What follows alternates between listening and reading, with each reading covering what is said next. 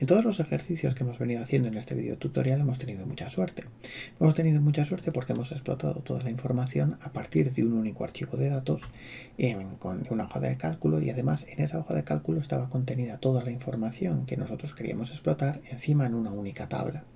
Esto no siempre ocurre así. A veces nos gustaría explotar en un mismo informe información que viene de diferentes orígenes. Esto es muy sencillo si luego la información está desagregada. Importamos diferentes orígenes y luego seleccionamos el origen de datos en cada uno de los gráficos que vamos a explotar y no hay ningún problema. El problema surge cuando, que es lo que ocurre en la mayoría de las ocasiones, cuando tenemos mucha información distribuida en diferentes archivos y fuentes de datos, pero además queremos explotarla de forma combinada. La información que estamos incorporando a nuestro informe está relacionada entre sí.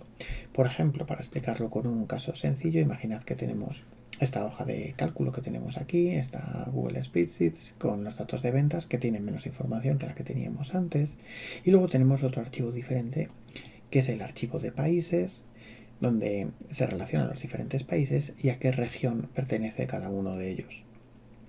Si a mí me interesase hacer un análisis por región a partir de estos datos de ventas, pues tendría un problema, porque esta es una fuente de datos, esta otra es otra fuente de datos. Sí que es verdad que hay un campo país que relaciona, con el cual podría relacionar estas dos tablas, pero los dos orígenes son diferentes.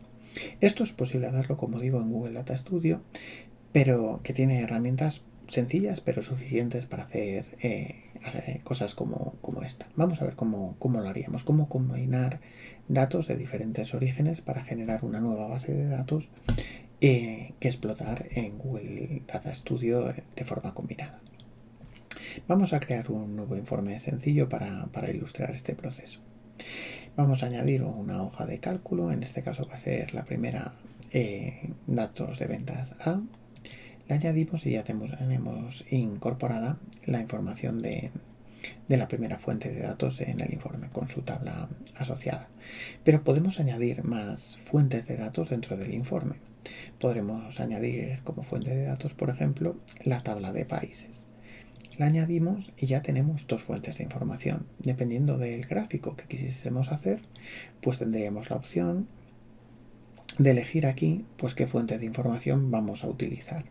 Si la parte de datos de ventas, si la parte de países, datos A, países o cualquier otra. Pero si lo que queremos es combinar las dos fuentes de datos, las dos tablas, para generar una que podamos explotar de forma conjunta, entonces tenemos que recurrir a la funcionalidad de combinar datos. Si queremos combinar datos, nos aparece una fuente de datos, en este caso va a ser la fuente de datos A, hoja 1, podríamos seleccionar la otra, pero vamos a seleccionar esta mismamente. Y tenemos que indicar el campo por el que vamos a unir las dos tablas. En este caso va a ser por el campo país. La otra fuente de datos la vamos a seleccionar aquí, es la fuente de datos de países, y el campo a través del que voy a unir va a ser la dimensión país también, aquí en este aspecto. Aquí me da falta. A ver. Eliminamos y ya está. Este es el campo por el que vamos a unir las dos tablas. Podría ocurrir que tuviesen nombres diferentes, aunque se refiriesen al mismo campo, que en la tabla 1 los países se llamasen país y en la tabla 2 pues pusiese country o cualquier otra, o nación o cualquier otra estado, o lo que sea, cualquier otra variable diferente. Y esto nos está generando unos datos combinados con estas dimensiones.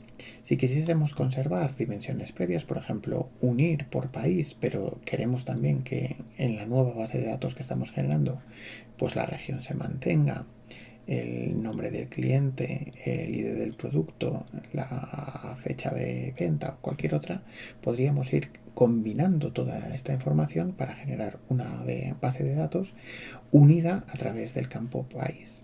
Si guardásemos, por poner un ejemplo, pues veríamos que hemos conseguido lo que buscábamos. Ahora tenemos una tabla en la que hemos unido por país, tenemos toda la información con los clientes, con los datos y a qué región pertenecen. A partir de estos datos combinados ya podríamos hacer un gráfico, por ejemplo, de circular, en el que calculásemos pues el número de clientes que tenemos en función de la región, por poner un ejemplo.